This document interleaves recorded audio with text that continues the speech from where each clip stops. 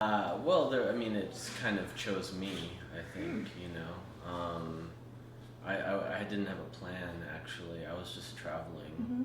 I'd been in China for a while, and then I decided to go down to Myanmar. And I was planning on doing my first movie in the USA. Mm-hmm. I had a script that I wrote, and so I just was traveling around. And then I went to Burma, Myanmar, and I traveled to the monastery, Mm-hmm. and that's when I met the children that you see in the film, or Mm-hmm. some of them. And I met the Sayadaw, the abbot of the monastery, and this story kind of came to me. You know, I didn't plan it, and just all of a sudden I had the idea, like the idea came to me, and I thought, I think I can make a movie here. So like I said, it kind of chose me in that sense.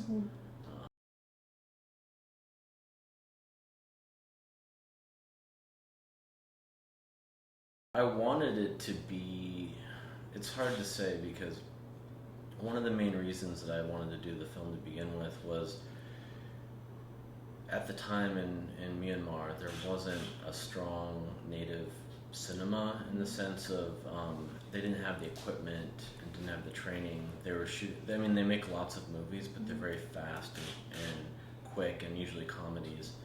And so I thought I could give, my idea was to get somehow within the structure of the story, not to get too complicated, but to somehow have the story collaborate with people in Myanmar around the story and kind of tell the story from their perspective as much as possible. I didn't want to have my like white man USA Western come in and say, oh, this is what it's about.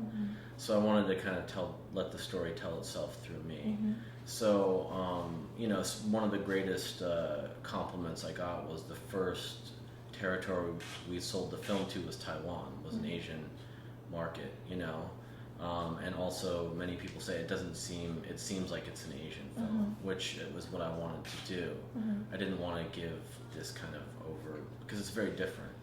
I mean, Japan is very westernized, obviously, but Myanmar was not very westernized, you know, and so I wanted to preserve that. I see. But obviously, you know, I'm from the West, so there's part of that. But I didn't want to have my voice being the thing that's coming through it. I wanted to give those folk tales and the Buddhist tales a chance to speak. And I was just kind of the channel for it, I thought.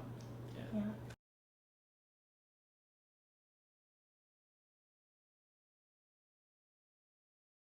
Yeah, this one is different because it wasn't like if I'm doing something that I'm going to shoot in the USA or thinking about trying to sell in the USA, you plan it in a certain way because there's other producers involved, and but this was just, I was producing it at the beginning. I was developing it myself, so I really just did a lot of research into the local folk tales and the Buddhist tales, and I tried to almost meditate on the nature of the story.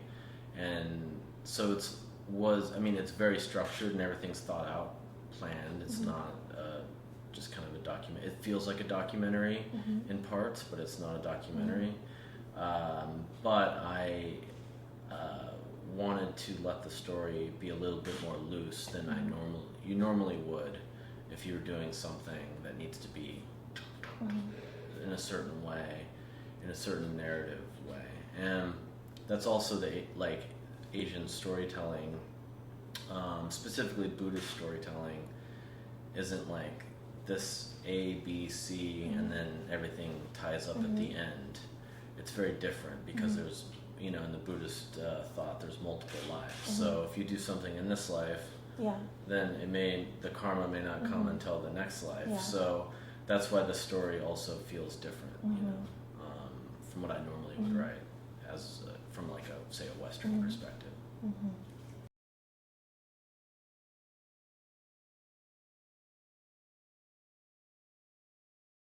It's interesting because when I show the movie in, say, Germany, everyone thinks that the main character is imagining everything, and then you show the movie in Asia and everyone's like, oh, he's seeing the ghost. You know, it's like a more normal part of culture. Like even if I don't know how it is in Japan, but you know, even in Thailand or something, even if you talk to a doctor and you'd say, do you believe in ghosts? They'd say, yeah.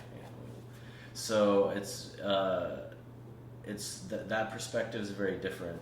I haven't had the same kind of like visions like that, but I definitely have through meditation and things like that. I've had some interesting experiences, and I also think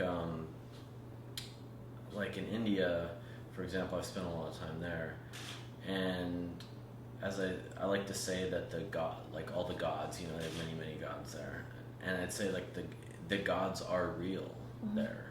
I would say they're real in India, because everyone, like 1.1 billion people, obviously not all of them are Hindu, but so many people have this vision and see these things and believe in it. It gets a certain power. So I know, who am I to say that I'm just another person? I don't know what actually is happening. So yeah.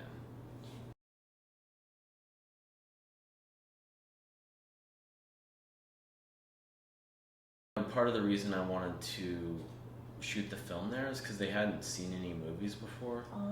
So they don't, and they're not like on the smartphone since they were 1 year old, seeing themselves, pictures of themselves, and thinking about, oh, when a camera's running, this is how I'm supposed to act. So they were able to be very natural in that sense. But, you know, I had to direct them to get them to that point. So, I mean, it was difficult a lot of times. But the main character, especially played by Shan Tetsuo, he's just a natural. He'd be goofing off, and then all of a sudden the camera would be rolling, and he would just be writing the character. So, I mean, he's an amazing actor. He'd never done anything before. They're all non-actors.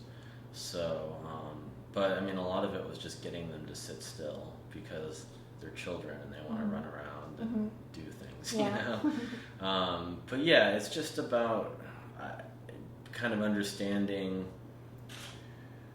the world. They say like you should never shoot a film with kids or animals because it's like the most difficult thing to do. We had both of them in the movie, but you just have to understand their perspective, I think, and then get inside that perspective and help them see what you would like them to do. But I think it's like with any actor. And I mean, especially those guys, you see them, they're children, but they're also these old souls, and their parents like bow to them when they become monks, like, you know, to these 6-year-old children, 7-year-old children. So they have a certain maturity and wisdom. Even though they're just as goofy as little children anywhere else, they still just play and do pranks and don't listen. It's not like there's some like all these like saints or anything, but because they have that meditation practice as well, every morning they're meditating, you know, doing vipassana meditation in front of Buddha. I think they're easier. I could connect with them and help them find the path to what I wanted, you know, or what I hoped they could express. So yeah, it was great.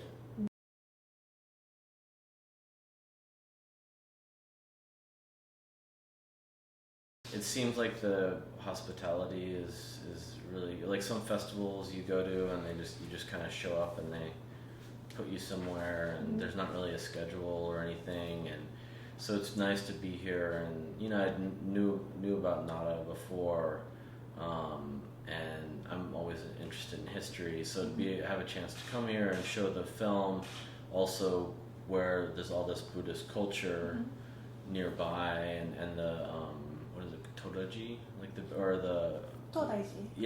big temple, and so it's interesting to bring, and I wanted to bring the film to Japan for a while, so I'm really excited to be able to do it, and you know, see some of the other films and meet the other filmmakers. It seems like a great festival so far, so I don't know, hopefully get to meet some of the audience members as well, and yeah, good time hopefully.